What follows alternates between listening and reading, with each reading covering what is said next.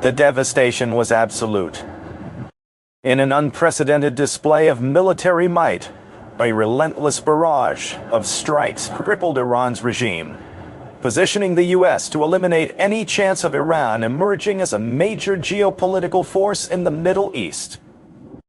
Even US President Donald Trump was astonished by the rapid downfall of Iran's regime, with the U.S. securing the swiftest victory in modern military history, all within an astonishing 12 hours. Now Iran teeters on the brink of complete disintegration. This triumph was the result of a coordinated effort between the U.S. and Israel, orchestrating two simultaneous operations with a singular objective: dismantle Iran's dictatorial regime. Operation Epic Fury and Operation Roaring Lion merged to unleash an overwhelming wave of air power across Iran in mere hours. This assault devastated a regime already on shaky ground and systematically knocked out critical military nodes that could have provided Iran with the capability to mount any serious retaliatory strikes capable of making the U.S. or Israel reconsider their strategy. The scale of this military campaign was staggering. Together, the U.S.-Israel alliance carried out a jaw-dropping 900 airstrikes against Iran just 12 hours. This shock and awe offensive sent tremors through the entire nation. In the next few minutes, we'll unpack how the U.S. managed this unprecedented 12-hour rampage and what the joint campaign's ultimate goals were. Throughout the operation, Iran's air defenses were obliterated, its capacity to retaliate was significantly diminished, and its command and control infrastructure was utterly dismantled. As a result, the once formidable Iranian military has been reduced to little more than a shadow of its former self. The initial explosions in Iran were reported around 5:30 p.m. Australian Eastern Daylight Time, according to the Sydney Morning Herald. Considering Iranian Standard Time lags by approximately 7.5 hours, this means the strikes commenced at about 10:00 a.m. local time. Within an hour of the first blasts, President Trump announced that the U.S. had launched major combat operations inside Iran.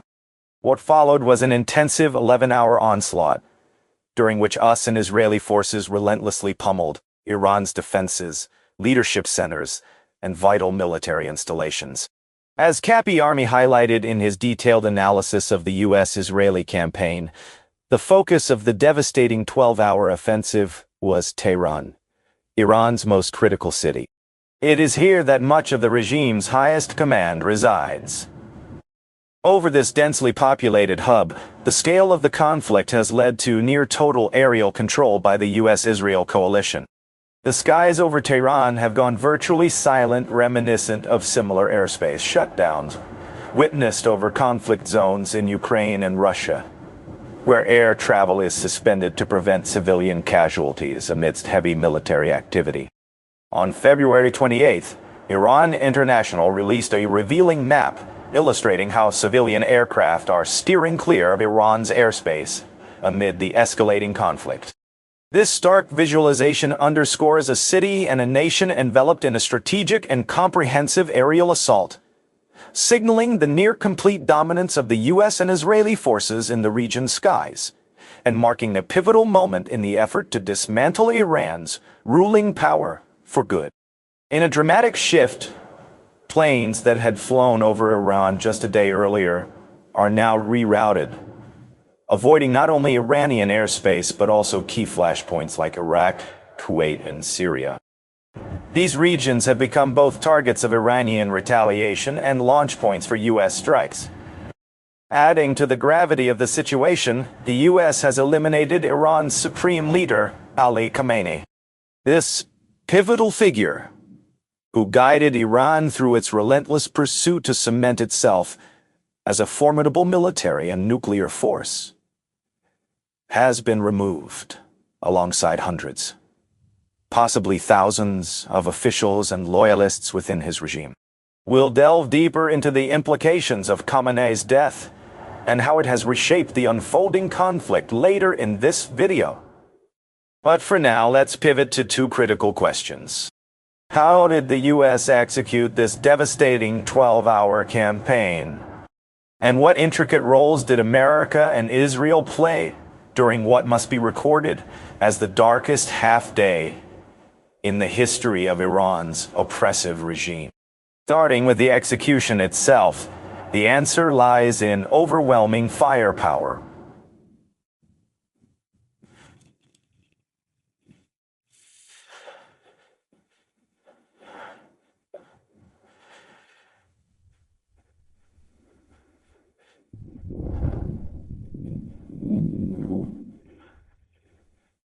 The U.S. unleashed a massive barrage designed to obliterate Iran before it could mount any meaningful response. While each detail of this operation warrants hours of discussion, we'll concentrate on some of the most impactful elements. At the forefront were the Tomahawk missiles, fired in staggering volumes from U.S. naval vessels. Over 20 warships, including destroyers and submarines amassed in the region over recent months, launched dozens of these cruise missiles with pinpoint targets. Incredible footage has surfaced, captured from the ground, that showcases this missile onslaught. The videos show America's Tomahawk skimming the terrain at mind-boggling speeds, each one locking onto their assigned targets.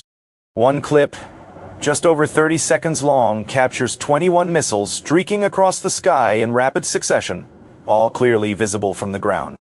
These strikes hit multiple strategic sites, and notably Iran's air defense, primarily comprising Russian and Chinese technologies, supplemented with locally produced systems, failed to intercept any of the incoming missiles. This failure is partly due to the Tomahawk's low-altitude flight pattern, which helps them evade radar detection. The lower a missile flies, the harder it is to spot by traditional radar arrays. However, this barrage raises concerns regarding the depletion of the U.S. already limited stockpile of Tomahawks. In response, the RTX Corporation, the manufacturer behind these missiles, is already ramping up production to 1,000 units annually. Following this initial strike, the U.S. has likely increased opportunities to deploy additional precision-guided weapons. Nevertheless, the Tomahawk missile campaign was a cornerstone of the opening 12 hours. Complementing this missile assault were fighter jets launched from nearby U.S. aircraft carriers and military bases, providing another vital dimension to the operation. This multi-pronged attack showcased the U.S. military's capacity to coordinate overwhelming force swiftly and decisively. Early reports reveal that much of the intense initial 12-hour assault on Iran's defenses was executed by F-35s and F-18 Super Hornets launching from U.S. aircraft carriers strategically positioned in the Persian Gulf region.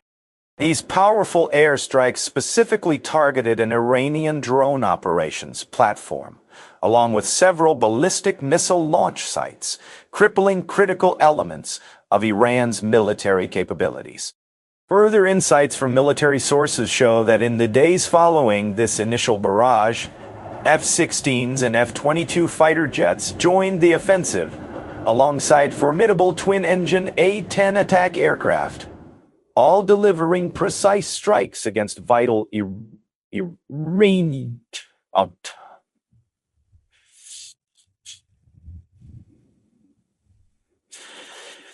The focus of American air power also extended to Iran's already limited naval assets, striking key naval facilities that are pivotal to the regime's maritime power.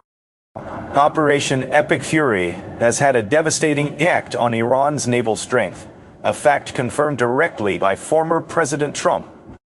He proudly declared, "I've just been informed that we destroyed and sunk 9 Iranian naval ships, some of them relatively large and important. We're going after the rest. They will soon be floating at the bottom of the sea also." Trump cynically added that despite this significant blow, other than that, their navy is doing very well. Satellite imagery has since corroborated the sinking of 3 of Iran's warships, including a light frigate and 2 corvettes, alongside the destruction of 3 additional vessels, 2 patrol boats, and 1 auxiliary ship. This outcome is particularly damaging given Iran's already strained naval capacity. According to Global Firepower, prior to these strikes, Iran possessed only 7 frigates and 3 corvettes. While they still reportedly retain 25 submarines, any loss of surface warships severely diminishes the nation's ability to exert control or pose a threat in critical waterways such as the Strait of Hormuz. Let's pause here. A moment of reflection that the Iranian regime surely wished the U.S. had taken back on February 28th.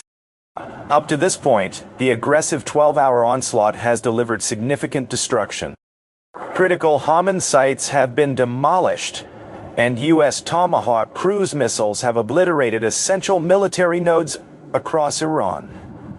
The fighter jets targeted key installations, including some of the few remaining Iranian vessels, capable of challenging American naval supremacy. Remarkably, this marks the first time since the 1980s that Iran has lost a warship, a sign of the dramatic shift in naval power dynamics triggered by these strikes, with more potential losses looming. But the story does not end here. There's much more unfolding beyond these initial revelations. Before we delve deeper into the full extent of the USS 12-hour Blitz, a quick reminder. This is the Military Show, your go-to source for comprehensive defense analysis and breaking military development. If you're finding value in our coverage, make sure to subscribe so you don't miss out on any critical updates. Returning to the relentless barrage, it wasn't just Tomahawk cruise missiles that the Iranian regime had to contend with on the missile front. Beyond the missiles and bombs launched by American fighter jets, the U.S. arsenal also included attack missiles from various platforms. Military Watch magazine has highlighted that recently released footage by the U.S. Central Command, CENTCOM, showcased missiles launched from high-altitude platforms striking Iranian targets. This sophisticated missile deployment complemented airstrikes, delivering layered and overwhelming force against multiple strategic Iranian military objectives. During the initial phase of the conflict, the United States deployed sophisticated missiles to target Iran's radar installations, strategically crippling the nation's air defense capabilities. In addition to these systems, they struck ballistic missile launch sites, which Iran might have potentially used to launch retaliatory strikes against. The U.S. Military Watch magazine analyzed footage, suggesting that attack missiles were employed to destroy key military assets, including a medium-range ballistic missile launcher and an Iranian barth. Notably, the footage reveals that these missiles were launched from ground positions, indicating that U.S. launchers were likely stationed in close proximity to Iran's borders due to the missile's maximum range of approximately 300 kilometers, or about 186.4 miles. This proximity has led many experts to speculate that the U.S. utilized its military bases situated in Iraq or Turkey to conduct these critical strikes as part of the 12-hour intense assault. While the U.S. government has not officially disclosed the exact origins of these missile launches, these bases remain the most plausible launch point. Whatever the precise location, the pivotal fact remains. Iran faced a relentless barrage of powerful missiles, including Tomahawks, relentlessly striking its territory. This was part of a broader offensive that targeted 900 sites across Iran within just 12 hours, combining both U.S. and Israeli military efforts. Amidst this overwhelming demonstration of firepower, it's easy to overlook another key weapon deployed by the U.S. during its opening assault: Lucas drones. These one-way attack drones are a part of Task Force Scorpion Strike, a specialized U.S. military unit formed in the Middle East toward the end of 25. Operation Epic Fury marks the first large-scale deployment of this task force and the initial use of Lucas kamikaze drones in such a significant operation. According to CNN, the American Lucas drone is essentially modeled on the Iranian-made Shahed 136 drone.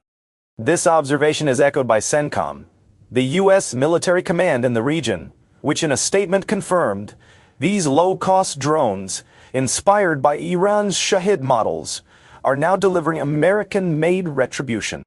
In essence, Iran experienced an ironic twist. A taste of its own unmanned drone technology used against it, alongside the devastating display of overwhelming U.S. aerial might it endured on February 28.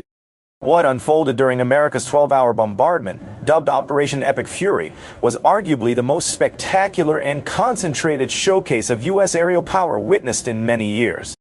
CENTCOM described the campaign as involving the largest regional concentration of American military firepower in a generation, a claim difficult to dispute given the scale and precision of the operation. In a moment, we'll delve into the broader implications of this assault for Iran's government and its future stability. But first, it's important to examine how Operation Epic Fury coordinated with Operation Roaring Lion to deliver a devastating blow to Iran in just half a day.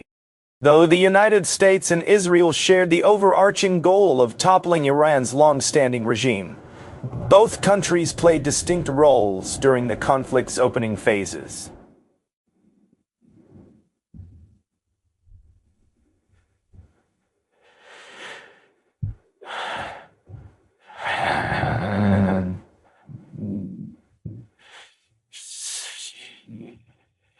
In fact, some analysts argue that Israel's contributions during this phase had an even more significant impact in weakening Iran's ability to mount an effective defense as the conflict progressed. Insights from the Institute for the Study of War shed further light on this dynamic, illustrating the complementary nature of these simultaneous operations and their combined effect on Iran's military capabilities. The Institute for the Study of War, ESW, reports a coordinated military strategy between the United States and Israel that can be described as a destroy and decapitate approach. In this operation, the U.S. concentrated its airstrikes mainly on critical military assets such as Iranian warships and ballistic missile launch sites, targets we've already examined in detail. Meanwhile, Israel zeroed in on Iran's top leadership. It appears that the Israeli segment of the intense 12-hour campaign was responsible for the death of Haman, according to ISW's assessments.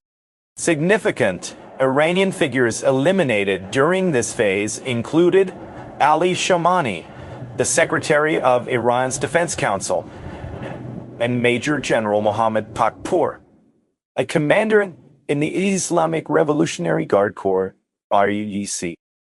Another key casualty was Iran's defense minister, Aziz Nasirzad. All of these high-profile deaths occurred within the very first 12 hours of the conflict, and they were just the beginning of Iran's losses. Iran International further mentions that the ISNA news agency reports thousands of RGC members were either killed or wounded as a direct consequence of U.S. and Israeli strikes aimed at Iran's military installation. However, this number has yet to be independently verified, with Iran International noting that ISNA operates as a semi-official source. Contrasting figures from outlets like Al Jazeera cite reports from the Iranian Red Crescent Society, suggesting that at least 555 Iranians have died due to the airstrikes. The distinction here remains unclear, whether this number solely accounts for civilian casualties or includes Iranian military and leadership losses as well. Consequently, there remains significant uncertainty surrounding the exact scale of fatalities within the Iranian regime following this initial blitz. One fact stands resolute: the Iranian regime's stability is now extremely fragile. As the United States and Israel continue to press their advantage, demonstrated by the USS's recent deployment of B-2 Spirit stealth bombers targeting underground missile sites in Iran, that foundation is expected to deteriorate rapidly. This represents a pinnacle of layered coordinated air power, as described by military analyst Max Afterburner. He summarizes the early stages of this war as a masterful exhibition of the U.S. military's core purpose. The synchronized strategy seamlessly dismantled Iran's integrated air defense system, making leadership strikes possible. ISSVA's analysis underscores this plan. America systematically eliminated critical military nodes, while Israel concentrated on neutralizing Iranian leadership, all within a strategic 12-hour window. This initial phase has arguably been one of the most astonishing demonstrations of military force witnessed in modern warfare's history. The devastation inflicted upon Iran is undeniable. However, the essential and pressing question now is, what comes next? Former President Donald Trump offered insight during his 8-minute address delivered only an hour into America's 12-hour offensive against Iran. He declared, "Our objective is to defend the American people by eliminating imminent threats from the Iranian regime. Its menacing activities directly endanger the United States, our troops, our bases overseas, and our allies throughout the world."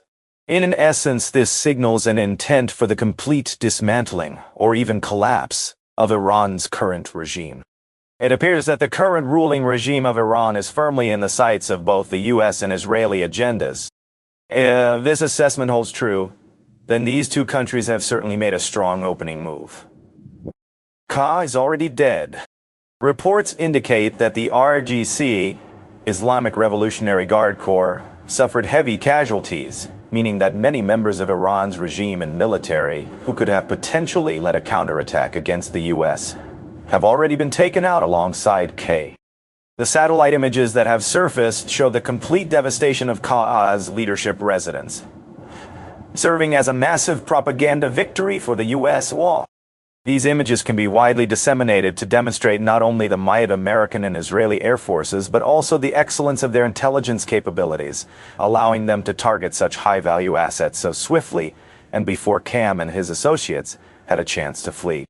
This propaganda coup could also set the stage for what the U.S. might envision as the next phase of the conflict with Iran, sparking a rebellion from within, led by the Iranian people against the remnants of the regime. Military analyst Cappy Army speculates that Trump's public commitment to overthrowing the regime was a deliberate message aimed at the Iranian protesters who had taken to the streets in the months preceding Operation Epic Fury. Essentially, the U.S. seems to be signaling that it will back internal opposition.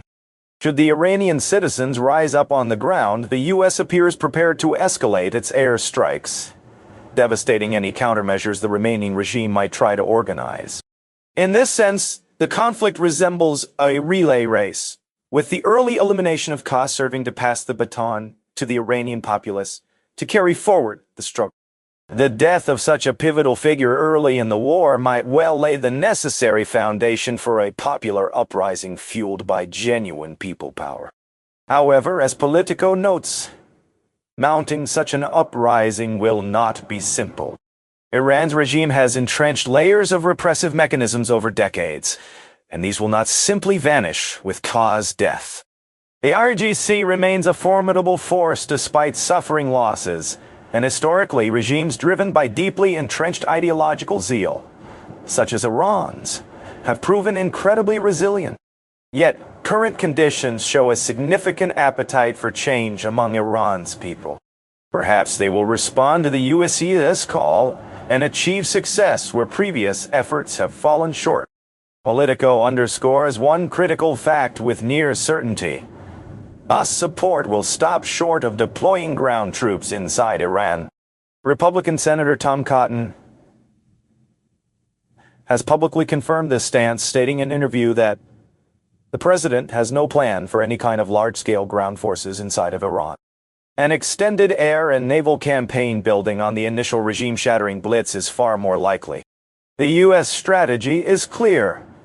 It will rely on the Iranian populace as the ground force in this conflict, supporting them with sustained air and naval bombardments. There is also an additional complexity for Iran's regime to worry about: external actors. Reports from the Times of India suggest that there may have been covert cooperation between Israel and Saudi Arabia, leading up to the initial 12-hour wave of strikes. Should the conflict continue or intensify, such cooperation could become more open and pronounced, adding another layer of pressure on the Iranian government. This alliance between Israel and Saudi Arabia signals a broader regional alignment against Iran's leadership, and it could significantly influence the trajectory of ongoing hostilities. The Saudis have every reason to want to see the unpredictable Iranian regime removed, especially given its ambitions to assert itself as a dominant power in the Middle East. Meanwhile, the UK has announced a limited involvement in the conflict, notably offering the US access to UK bases, a shift from their previous refusal. Despite this, most Gulf states broadly agree that this war is not their battle.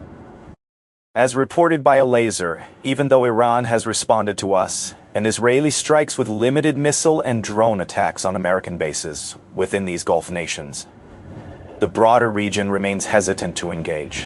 Currently, the outlook for Iran's regime looks bleak. Its supreme leader has been killed. The majority of its air defenses have been neutralized. Significant parts of the RGC have been dismantled, and the regime is plunged into chaos. While the war continues, within just 12 hours, the combined efforts of the US and Israel have positioned Iran for a rapid and staggering defeat, an outcome that will be remarkable in the annals of modern military operations. The Iranian leadership faces complete annihilation. Intriguingly, the collapse of Iran's regime could have severe repercussions for another leader far from the Middle East. Vladimir Putin, somewhere in Russia, may well be shaken by the potential loss of an Iranian ally supportive of Moscow, recognizing the threat this poses to his own government. Why does this matter to Putin?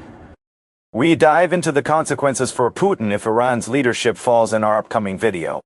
If you found this content insightful, please subscribe. Thank you, as always, for watching.